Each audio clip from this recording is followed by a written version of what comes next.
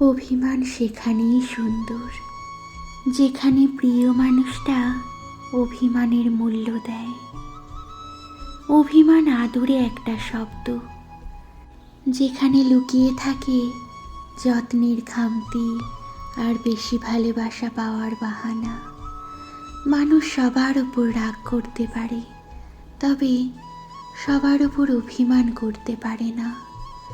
অভিমান হয় একান্তই নিজের মানুষের উপর, যার উপর অধিকার আছে। অধিকার বোধ থেকেই অভিমানের জন্ম হয়। মানুষ তার সবচেয়ে কাছের কিংবা খুব শখের মানুষটার সাথেই সবচেয়ে বেশি অভিমান করে। অভিমান ঠিকঠাক বুঝতে হয়, যত্ন নিতে হয়, গুরুত্ব দিয়ে আগলে রাখতে হয়। সেখানেই সম্পর্কটা সুন্দর, অভিমান সুন্দর, একে অপরের সাথে সুখী।